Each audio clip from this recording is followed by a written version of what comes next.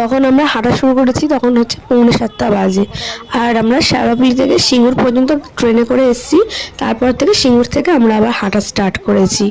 হ্যাঁ, সিঙ্গুর থেকে হাঁটা স্টার্ট করেছিলাম। সিঙ্গুর থেকে হেঁটে মোটামুটি ওই তারকেশ্বর মতো ওই ওই কাশী বিশ্বনাথ অব্দি গেছি।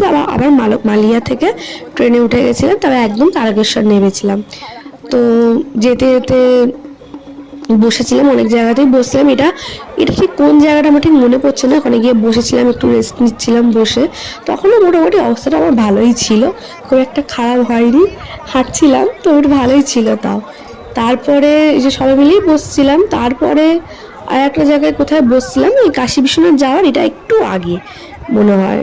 তা ওখানে আমার অবস্থা খুবই খারাপ লাগছিল। তাই বসলাম, সবাই মিলে একটু গল্প গুজব করছিলাম, পায়ে একটু বিশ্রাম নিয়ে নিচ্ছিলাম। তারপরে আবার হাঁটা স্টার্ট করেছিলাম।